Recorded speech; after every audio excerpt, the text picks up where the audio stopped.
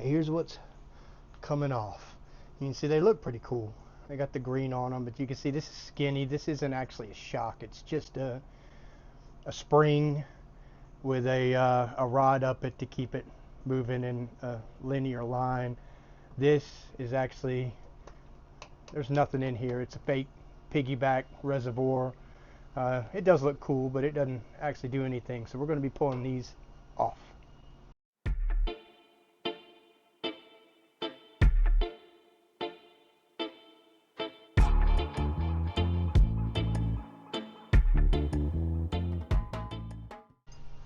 So here's the tools we're going to be using. First off, 13 millimeter wrench. This one just happens to be a shiny Matco. And then also I'm going to be using a 3/8 impact short extension with that pretty little snap-on 14 millimeter wobble on the end. So that's what we're going to be using to disassemble this.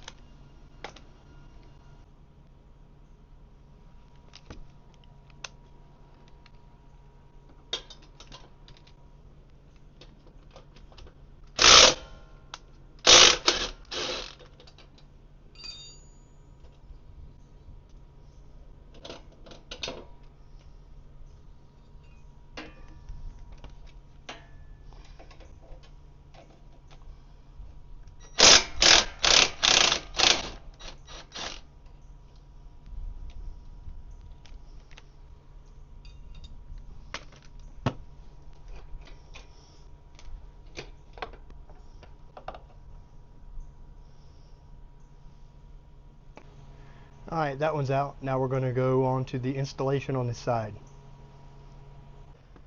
Now we got to do something first before we install these. You can see this eyelet that comes installed on here is pretty large. And if I set that over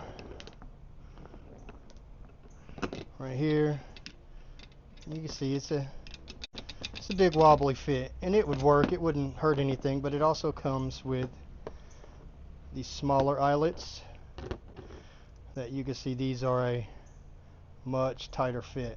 So we're going to be driving these out and these in.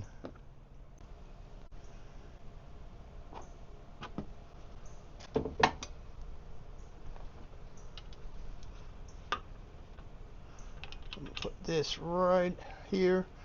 This is a 14 millimeter. That's not super important, but it's bigger than the diameter of this, so that'll allow me to knock that out and it'll go right up inside that bigger socket. And then on the top, using a smaller socket,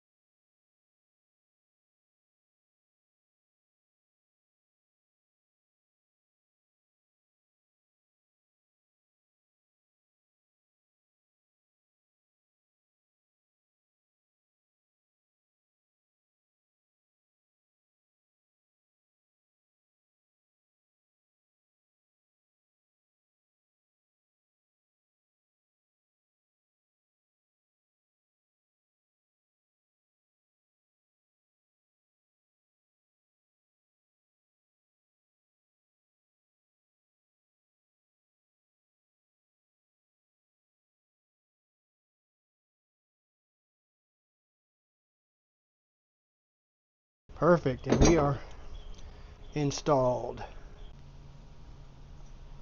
Right now, all that's done and ready.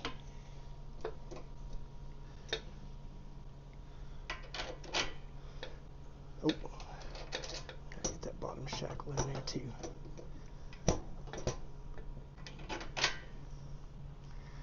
Nut on the back.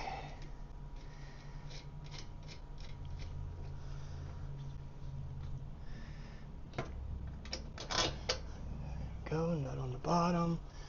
As you can see, these fit They're the same length as the original, so I don't have to make any adjustments in the length. Alright,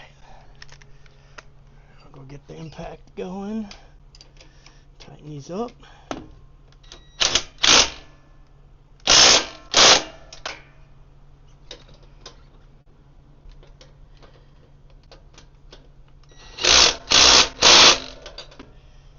Alright, and that side is done. So now we got this nice pretty piece of equipment in here, and we got this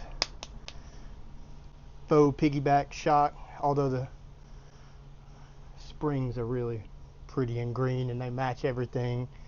They're terrible. Matter of fact, this thing is almost new and it's already dry rotted, the rubber on the bottom of the shocks. It's got a nice urethane rubber up here, but down here for whatever reason it's got a cheap dry rotted rubber piece. But anyway, that's side one. Now on to side two.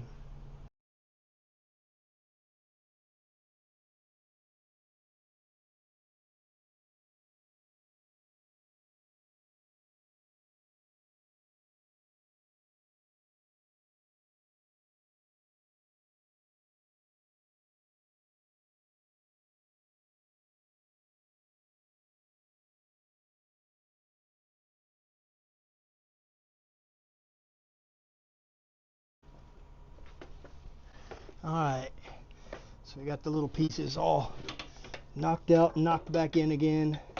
So we're ready to go back together. I got a bolt. Oh, I gotta get the bottom shackle in there first.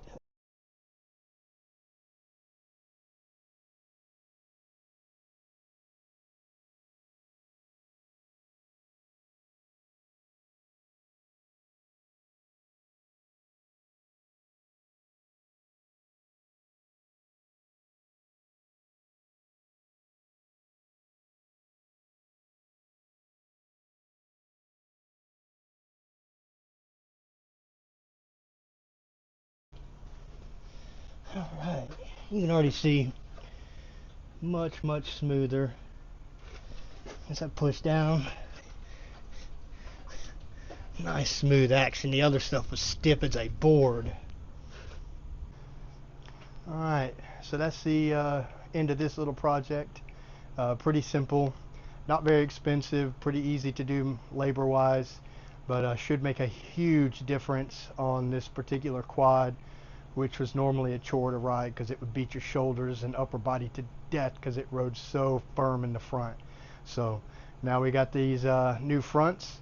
We can adjust them. They're fully adjustable, so we can turn the tension up or turn the tension down if we need to suit the riding needs of the Big O. And I guess that's a wrap. Now we got some extra parts, crappy shocks that don't work very good, that actually aren't shocks, they're just springs. Anyway, hope you got some value out of that, and I'll post a link to the struts that I purchased and where I got them. So thanks for sticking around to the end, and we'll see you next time.